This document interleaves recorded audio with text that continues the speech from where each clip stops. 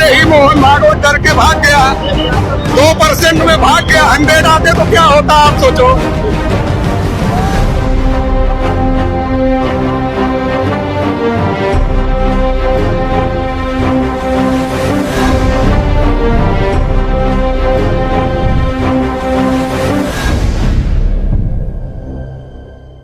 साथियों, जिस कड़ी का हम इंतजार कर रहे हैं उस कड़ी को हम सामने करते हुए आज की इस महारैली का अध्यक्षीय मार्गदर्शन करने के लिए मैं भारत मुक्ति मोर्चा के राष्ट्रीय अध्यक्ष और जन आंदोलन के प्रवर्तक माननीय वामन मेश्राम साहब, इन्हें विनंती करता हूं कि वह आज के कार्यक्रम को संबोधित करें।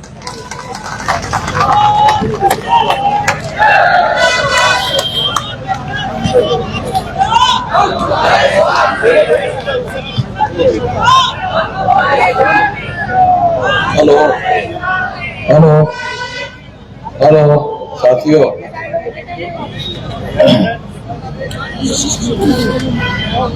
आप लोग सभी लोग ये कहते हो कि मेश्राम साहब आगे बढ़े, अरे मैं तो आगे बढ़ा हुआ ही।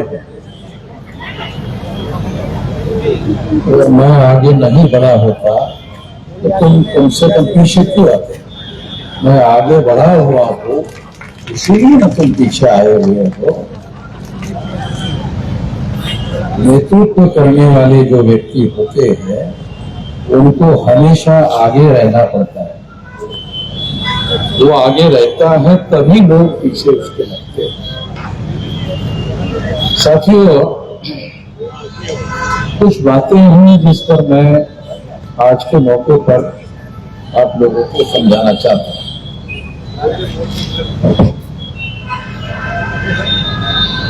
आप लोगों को जानकारी होगी कि ये जो 4 चरणों का आंदोलन है, जिसका ये चौथा चरण चल रहा है, ये हमने क्यों किया? तो ओडिशा में मानसिक का राष्ट्रीय अधिवेशन 5 दिन का अधिवेशन होने वाला था, जिसके लिए ग्राउंड बुक कर दिया गया था, जिसके लिए पुलिस परमिशन मिल गई थी। इसका मतलब है सारी कानूनी बाध्यताएं दूर करके, रुकावटों को दूर करके कानून की सम्मति से वो 5 दिन का अधिवेशन होने जा रहा था। जब वो कानून की सहमति से अधिवेशन होने जा रहा था तो क्या कारण रहा कि उन लोगों ने हमारा कार्यक्रम, अधिवेशन, जो आज तक किसी भी राज्य में इवन बीजेपी के राज्य में भी हमारे राष्ट्रीय अधिवेशन, उसके ग्राउंड को, उसके पुलिस परमिशन को कभी नहीं रोका गया। उसकी वजह है कि हम कानून और संविधान के दायरे में रहकर काम करते हैं। आप लोगों को भी ये ध्यान रखना होगा, कभी भी अपने तहसील में, अपने जिले में, अपने राज्य में जब भी कोई आंदोलन का काम करना है तो कानून और संविधान के दायरे में रहकर ही ये काम करना है। क्योंकि ये जो देश है, संविधान बनने के पहले ये 650 संस्थानिक राजा हुआ करते थे। तो कम से कम 650 टुकड़ों में भारत बटा हुआ था। आप लोगों को जानकारी नहीं होगी, मगर 26 जनवरी 1950 के पहले का इतिहास आप पढ़ लो, उसका सारा डाटा देख लो, तो आपको पता चलेगा कि ऐसा था। तो संविधान ने चाहे 650 संस्थानिक थे और जो प्रजा संस्थान में नहीं रहती थी वो प्रजा अंग्रेजों के नियंत्रण में थी, वो सारा मिलाकर भारत के संविधान ने एक संघ भारत का निर्माण किया और सभी देश के लिए एक संविधान लागू किया और देशवासियों ने संविधान को स्वीकार किया। जब संविधान को सारे देशवासियों ने स्वीकार किया, उसमें तमाम प्रकार के संवैधानिक अधिकार है। आप लोगों को ये जानकारी नहीं होगी, आप लोगों को केवल एक ही बात मालूम है, संवैधानिक अधिकार है, तो ये पर्याप्त जानकारी नहीं है। संवैधानिक अधिकार छोटे अधिकार होते हैं। ये बात हमारे लोगों को समझ में नहीं आती। संवैधानिक अधिकार एक अधिकार है, फंडामेंटल राइट सबसे बड़े अधिकार है। फंडामेंटल राइट किसे कहते हैं? सुप्रीम कोर्ट के पास भी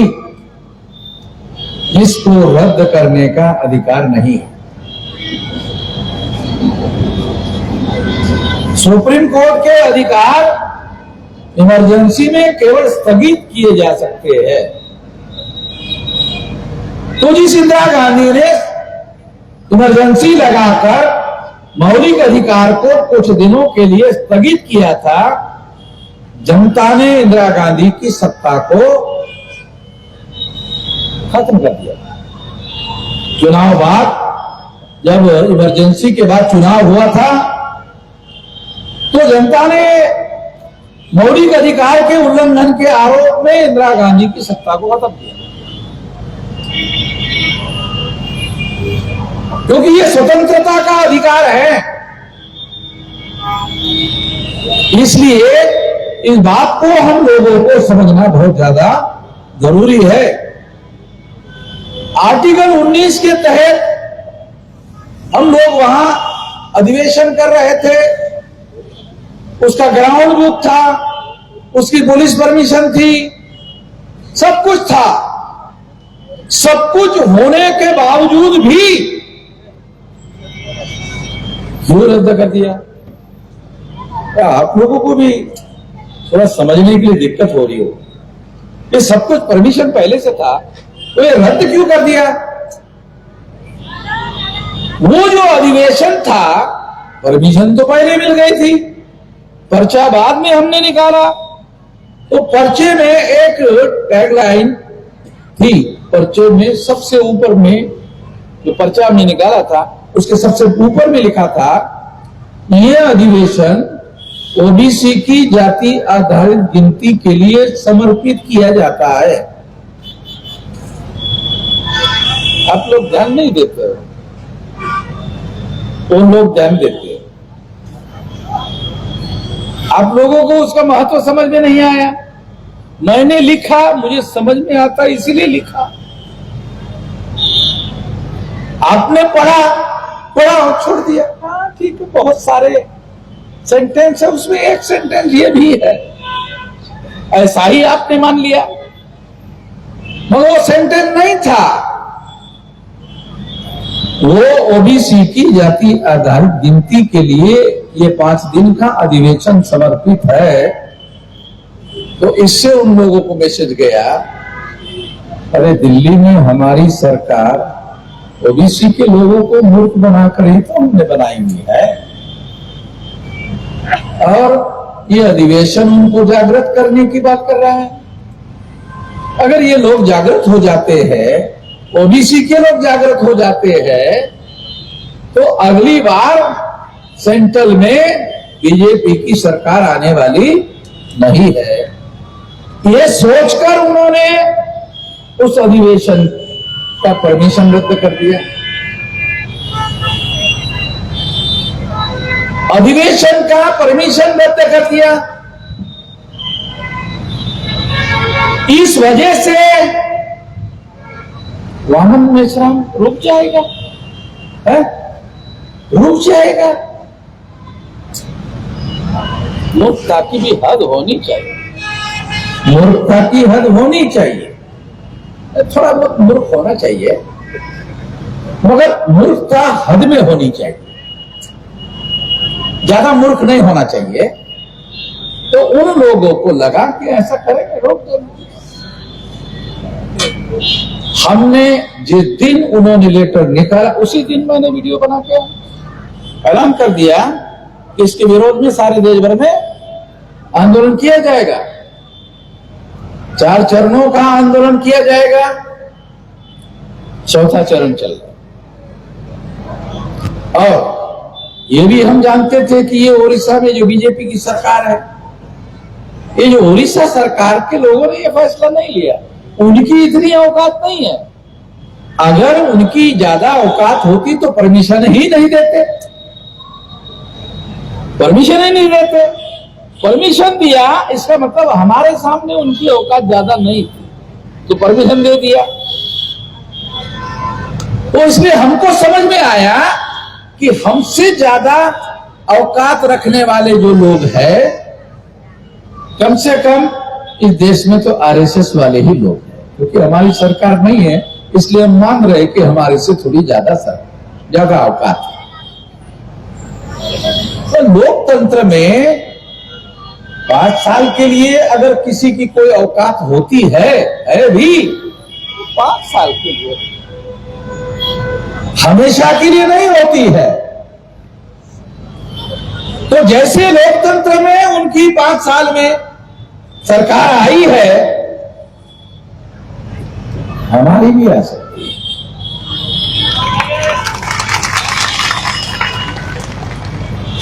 कम से कम ताली बजाने वाले लोगों का तो यकीन है, बाकी लोगों का जो देख रहे हैं, अंदाज ले रहे हैं कि हाँ हो भी सकता है, नहीं भी हो सकता है। चलो, जो नहीं बजाने वाले थे वो भी बजा रहे हैं। तो इसी तरह से लोग धीरे धीरे शामिल होते रहते हैं, सारे देश भर में शामिल होते रहते हैं, ऐसे ही हो रहे हैं। बहुत लंबा समय लगाकर बुनियादी संगठन हमने वहां से बनाया। 769 जिले हैं 36 राज्यों में, 769। हमने 32 राज्यों के 625 जिलों में हमारा संगठन है, और ये सारे जिलों में 32 राज्यों के 625 जिलों में हमने ये जिला लेवल पर 3 चरणों का आंदोलन किया, और सारे देश भर से लोग यहां आए हुए थे। तो यहां के पुलिस कमिश्नर ने हमारे लोगों को बुलाया कि आपके कितने लोग आ रहे हैं? तो हमारे लोगों के 5000 लोग आ रहे हैं। तो तुम्हारे जो सोशल मीडिया में लोग बोल रहे हैं, अरे उसकी गिनती करो तो वही 10, 20, 25, 50 हजार हो रहे हैं। तुम बोल रहे हो कि 5000 आ रहे हैं, अरे वो जो वहां लिख रहे हैं वही 50,000, 100 और 1 लाख से कहीं ज्यादा है, आप 5000 बोल रहे हैं। तो साथियों, पुलिस वालों का भी यकीन नहीं है, क्योंकि उन लोगों को सारे देश भर से जानकारी मिल रही है कि आंदोलन राष्ट्रव्यापी आंदोलन है, और वास्तव में ये राष्ट्रव्यापी आंदोलन है। हम लोग राष्ट्रव्यापी आंदोलन निर्माण करने में कामयाब हो गए।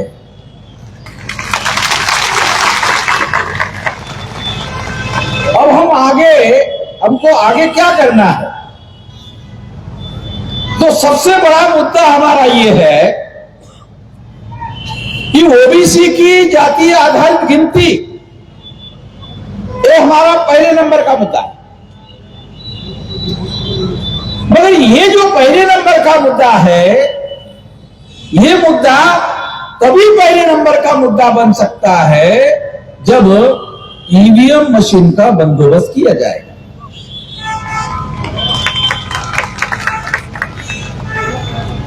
अमेरिका में ईवीएम मशीन नहीं है, थी।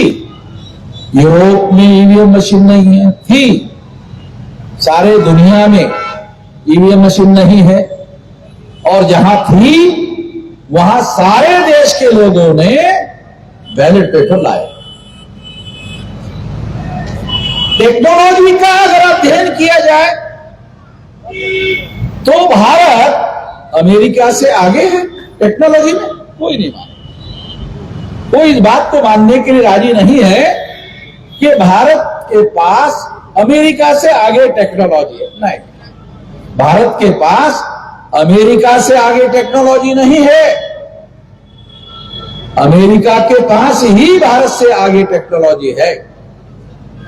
और ऐसा होने के बावजूद भी अमेरिका में, यूरोप में, ऑस्ट्रेलिया में और तमाम दुनिया के बड़े देशों में जहां जहां भी लोकतंत्र है वहां वहां बैलेट पेपर पर चुनाव हो रहा है। आप लोगों को मालूम नहीं होगा, मैं दुनिया के तमाम देशों में, अमेरिका में, यूरोप में, ऑस्ट्रेलिया में, सारे देश भर में घूम से आया हूं। बराबर है? पटेल को पूछो। कुछ लोगों को लगता है वामन मेश्राम भी फेंक रहा है, नरेंद्र मोदी फेंकता है, वामन मेश्राम भी फेंक रहा है। इसलिए सबूत रखना पड़ता है। पाटिल यहां पर है, उसको मालूम, चश्मा लगा के है ना, अंकुश पाटिल, उसको मालूम, वो लंदन से आया हुआ, रैली के लिए आया हुआ।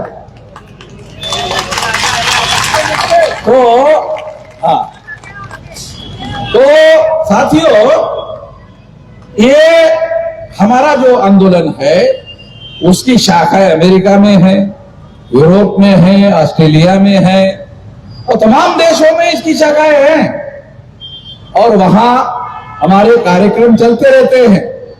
इसलिए ये आंदोलन सामान्य आंदोलन नहीं है और हम लोकतंत्र के अधीन रहकर, कानून और संविधान के अधीन रहकर अपने सारे काम करते हैं। ये हमारी मौलिक बात है, इसे समझना बहुत जरूरी है। उसी तरह से ओबीसी की जातीय आधार गिनती के लिए हम इस देश में आंदोलन कर रहे हैं। एक देश का प्रधानमंत्री ओबीसी बना हुआ है, नरेंद्र मोदी। अभी 2026 चल रहा है और ओबीसी के जातीय आधार गिनती का मुद्दा मैंने 2000 से उठाया और जब मैंने ये उठाया उसके बाद आरएसएस ने नरेंद्र मोदी को प्रधानमंत्री पद का कैंडिडेट बनाया। किसी को समझ में आता है या नहीं आता है? मोदी को समझ में आता है कि चलो वामन मेश्राम ब्राह्मणों की ऐसी तैसी करेगा तब तो मुझे साले ये लोग सर पर बिठाएंगे। तो मेरी वजह से नरेंद्र मोदी को उन्होंने सर पर बिठा के रखा हुआ है। तो हम भी रणनीति के तहत मोदी से भाईचारा बना के रखे हुए हैं। जब तक हमारा आदमी, ओरिजिनल आदमी वहां नहीं पहुंचे तब तक तुम रहो। अभी डुप्लीकेट ओबीसी रहेगा और बाद में ओरिजिनल ओबीसी आ जाएगा। और ब्राह्मणों को डुप्लीकेट ओबीसी रखने के लिए भी ब्राह्मण को दूर रखना पड़ेगा। तो इस तरह से अब हमारे आंदोलन के बदौलत चाहे डुप्लीकेट ओबीसी क्यों न हो, मगर एक ओबीसी के आदमी को देश का प्रधानमंत्री बना के बनाना पड़ रहा है। तो ये इसलिए बता रहा हूं क्योंकि हमारा आंदोलन का प्रभाव इतना ज्यादा बढ़ा हुआ है। हमारे लोगों को ये बात समझ में नहीं आती। आरएसएस के लोगों को समझ में आती है, भाजपा के लोगों को समझ में आती है, हमारे जो लोग हैं उनको समझ में नहीं आती है, मगर यहां जितने आए हैं उन लोगों को जरूर समझ में आया।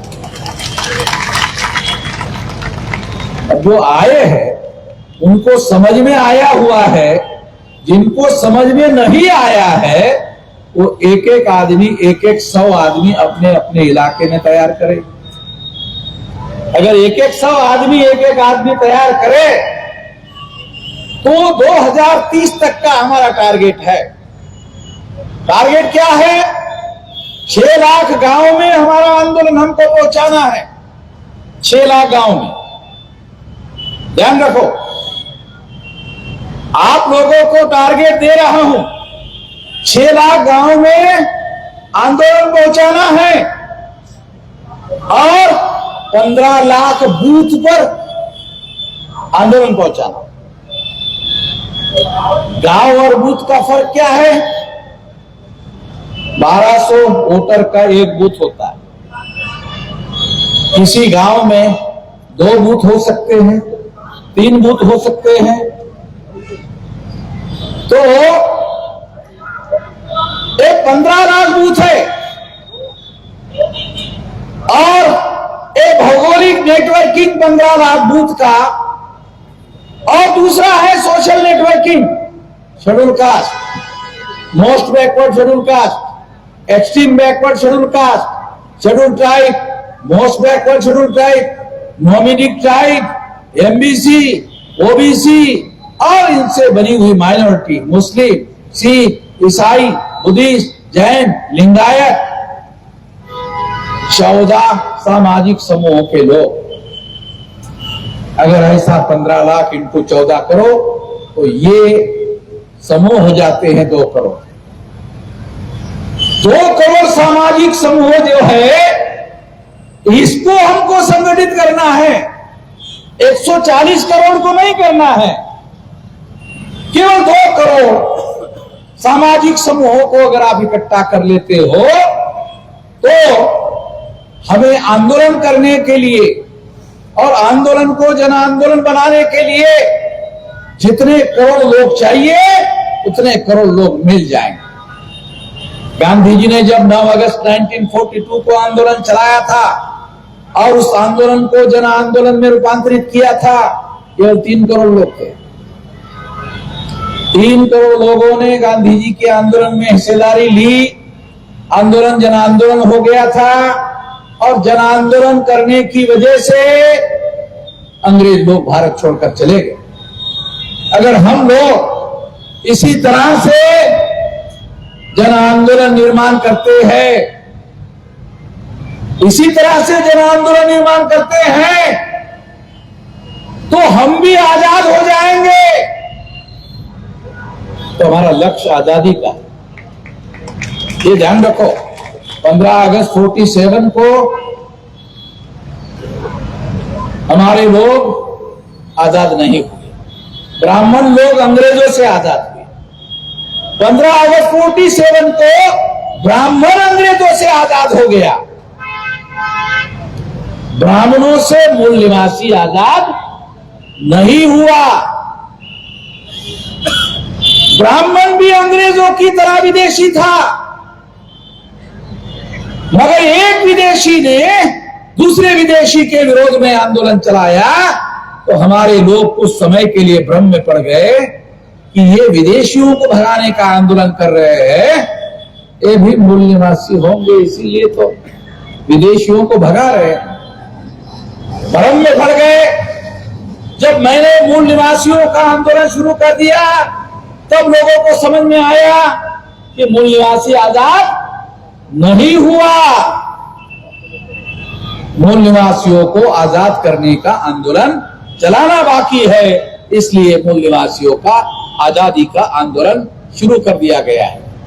इसलिए आजादी का आंदोलन मूल निवासियों का अगर सफल करना है तो क्या करना होगा? अगर करना है तो आपको, जैसे मैंने कहा, पहले कहा कि आपको 6.5 लाख गांव में, 15 लाख बूथ में और 2 करोड़ सामाजिक समूहों में अगर हम ऐसा करते हैं तो हमारा आजादी का मामला सफल हो सकता है।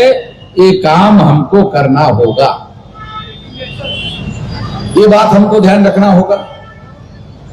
दूसरा मुद्दा है कि भारत में ईवीएम मशीन वोटों की चोरी कर रही है। ईवीएम मशीन जो है इससे वोटों की चोरी हो रही है। अभी आज ही मेरे पास एक खबर आई कि 100 से ज्यादा चुनाव क्षेत्रों में अभी महाराष्ट्र में ग्रामीण विभाग में चुनाव चल रहा है, जिला पंचायत में। तो 100 से ज्यादा सीटों का चुनाव का रिजल्ट आया तो वो बूथ बैलेट पेपर पर हो रहा है, तो उसमें 1 सीट बीजेपी को मिली। इसका मतलब ये है कि बूथ लेवल पर उनको सफलता मिलने वाली, बैलेट पेपर पर सफलता मिलने वाली नहीं है, क्योंकि वहां चोरी करना मुश्किल है। ईवीएम मशीन में क्या है, अंदर ही अंदर चोरी कर सकते हैं और बाहर पता नहीं चलता। मशीन बनाने का और मशीन बनाकर देने का ये सारी कंपनियां बीजेपी के लोगों की है, और वो ईवीएम मशीन बनाती है, और जैसी ईवीएम मशीन उनको चाहिए वैसी बनाती है। पहले ये अमेरिका की ओर से आती थी, अब ये भारत की ही बन रही है। इसलिए साथियों, ईवीएम मशीन को हटाना बहुत ज्यादा जरूरी है। और ईवीएम मशीन हटाना ये कैसे होगा? ईवीएम मशीन हटाना कैसे होगा? ईवीएम मशीन 2 करोड़ सामाजिक समूहों तक हमारा आंदोलन खड़ा नहीं होता तब तक नहीं हटाना, तब तक नहीं हटाना। मुद्दा खत्म हो जाए तो हवा निकल जाती है। लोगों को लगता है अरे अब तो हो गया है। अब लोगों के समझ में, मेरे समझने में फर्क है। लोगों को जितना समझ में, मुद्दा खत्म हो गया तो मुझे क्या समझ में आता, अरे लोग नहीं आए, बोले हो गया, सफलता मिल गई। भारत के राज्य सत्ता पर मूल निवासियों का कब्जा जब तक नहीं होता, मुद्दा कैसे खत्म होगा? तो मेरे को समझ में आता। हमारे लोगों को क्या समझ में आता, अरे मुद्दा खत्म हो गया भाई। राज चाहे आरएसएस का रहे, राज चाहे कांग्रेस का रहे, वो हमारे लोगों को ऐतराज नहीं।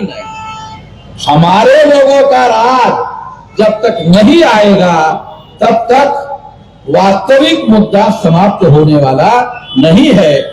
और ये सत्ता ईवीएम मशीन के द्वारा आने से रोकने की व्यवस्था पूरी कर दी गई है। ये बात साथियों हम लोगों को ध्यान रखना होगा। ईवीएम मशीन वोटों की चोरी करती है। वोट का अधिकार मौलिक अधिकार है। एक तो अधिकार होता है और एक मौलिक अधिकार होता है। तो वोट का अधिकार नहीं है, ये मौलिक अधिकार है, फंडामेंटल राइट है। ये फंडामेंटल राइट इस देश में हम लोगों को सबसे बड़ा अधिकार है, क्योंकि बाबा साहब अम्बेडकर ऐसा सोचते थे, सरकार चाहे कोई भी आ जाए, चाहे बीजेपी की आ जाए, चाहे कांग्रेस की आ जाए, मौलिक अधिकार को बिल्कुल भी हाथ नहीं लगा सकते। बहुतांश लोगों को यह पता नहीं है मौलिक अधिकार। सरकार को मौलिक अधिकार में हस्तक्षेप करने का कोई अधिकार नहीं है। अरे कोई हाई कोर्ट का वकील है क्या? हाथ खड़ा करो। ये इधर मैंने इसीलिए जानबूझकर ये साइड में खड़ा करके रखा, उधर पाटिल को खड़ा करके रखा। मौलिक अधिकार में सरकार को हस्तक्षेप करने का अधिकार है नहीं। हाई कोर्ट का वकील कह रहा, हमारे लोगों को पता नहीं। सरकार के पास सब कुछ है ना, गलत बात है। सरकार के पास मौलिक अधिकार में हस्तक्षेप करने का कोई अधिकार नहीं है। मान लो बीजेपी की सरकार आई, वामन मेश्राम नहीं बोल सकता है, कैसे बोल सकता है? गला दबाने का अधिकार अधिकार किसी सरकार के पास नहीं है। मौलिक अधिकार है बोलने का अधिकार, तो किसी सरकार के पास, चाहे कांग्रेस की सरकार हो चाहे बीजेपी की सरकार हो, मौलिक अधिकार है और वो किसी भी सरकार को रद्द करने का कोई अधिकार नहीं है। ये बात हम लोगों को रखना और समझना बहुत जरूरी है। ऐसे अधिकारों की रक्षा करने का अधिकार होना चाहिए, ऐसे अधिकार की संपूर्ण रक्षा करने का अधिकार होना चाहिए, मगर उड़ीसा ने भी रद्द कर दिया। इसलिए ये बात मैं खास तौर पर आपको बताना चाहता हूं कि संविधान में एक संशोधन होना चाहिए। जो संगठन कानून और संविधान के दायरे में रहकर काम करता है और हिंसा फैलाने का काम नहीं करता है, उसको पुलिस परमिशन केवल औपचारिकता मानी जाए, उनके दया पर और मर्सी पर इस अधिकार को ना रखा जाए। हमारे लोगों को ये बात समझ में नहीं आएगी, इतना आसान नहीं है ये, क्योंकि बाबा साहब आम्बेडकर के दिमाग को समझना मुश्किल बात है। इसलिए बता रहा हूं आप लोगों को, ये मौलिक अधिकार है तो पुलिस के दया पर इस अधिकार को ना रखा जाए। पुलिस परमिशन देगी तो ये अधिकार है। अरे तो इसका मतलब मौलिक अधिकार का क्या मतलब? जो अधिकार मौलिक अधिकार है, अगर वो पुलिस के दया पर निर्भर है तो काहे का मूलभूत अधिकार है? मूलभूत अधिकार को, फंडामेंटल राइट को सुप्रीम कोर्ट को भी रोकने का अधिकार नहीं, मगर पुलिस वाले रोक देते हैं। सुप्रीम कोर्ट को भी रोकने का अधिकार नहीं है, मगर पुलिस वाले रोक देते हैं। पुलिस वाले रोकने के बाद फिर सुप्रीम कोर्ट में जाना पड़ता है, फिर सुप्रीम कोर्ट पुलिस वाले को रोक लगाते हैं। हाँ भाई मिश्राम जी, आप बताओ, तब तक साल चला जाता है, 1 साल चला जाता, समय चला जाता है। बहुत बार हाई कोर्ट वाले सुनवाई नहीं करते, समय बर्बाद करते हैं और मामला सुप्रीम कोर्ट में जाने के लिए भी रुकावट करते हैं। अगर वहां से रद्द कर देते हैं तो मामला सुप्रीम कोर्ट ले जाते हैं, अगर उधर ही उधर घुमाते रहे तो सुप्रीम कोर्ट में भी मामला नहीं जाता है। कई किस्म की दिक्कतें हैं। तो इसलिए ये जो मौलिक अधिकार है, ये पुलिस परमिशन के दया पर नहीं रखना चाहिए, पुलिस परमिशन के ऊपर नहीं रखना चाहिए, सरकार के अनुमति पर नहीं रखना चाहिए। केवल एक काम करना चाहिए कि उनको केवल जानकारी देने का काम होना चाहिए कि अगर ये आपका मौलिक अधिकार है, आर्टिकल 19 के तहत मुझे कार्यक्रम करना है, तो ये पुलिस को मैं जानकारी दे रहा हूं। उसमें ये लिखने की जरूरत नहीं होनी चाहिए कि हमें ऐसा करने की अनुमति दी जाए, नहीं, ये मैं जानकारी दे रहा हूं, ये तो मेरा मौलिक अधिकार है, तो मैं तो करूंगा ही करूंगा। तुम जेल में लेके जाते हो तो करूंगा, नहीं ले जाते हो तो भी करूंगा। ये मौलिक अधिकार है, पुलिस को केवल जानकारी देने भर का काम होना चाहिए, हाँ ना कहने का अधिकार पुलिस के पास नहीं रहना चाहिए। पुलिस के पास कंपल्सरी ये बंधन रखना चाहिए कि ये मौलिक अधिकार है, इनका कार्यक्रम करना। तुम्हारी जिम्मेदारी क्या है पुलिस वालों की? लॉ एंड ऑर्डर मेंटेन करो। तुम्हारा अधिकार क्या है पुलिस का? तुम केवल लॉ एंड ऑर्डर मेंटेन करो। लॉ एंड ऑर्डर मीन्स उनका मौलिक अधिकार बरकरार रहे, इसलिए तुम शांति व्यवस्था बनाए रखो, लॉ कानून व्यवस्था बनाए रखो, ताकि उनका मौलिक अधिकार बरकरार रहे। इस देश में अल्पसंख्यक लोगों की सरकार बहुसंख्यक लोगों पर स्थापित की जाती है।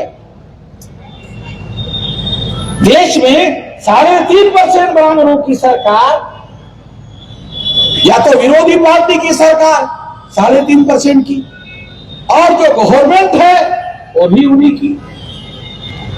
देश में तो बीजेपी कांग्रेस और कांग्रेस बीजेपी दोनों की ही सेंटर में और स्टेट में सरकारें बनी हुई है, और इस तरह से काले धन के आधार पर इन लोगों की सरकार देश में चल रही है।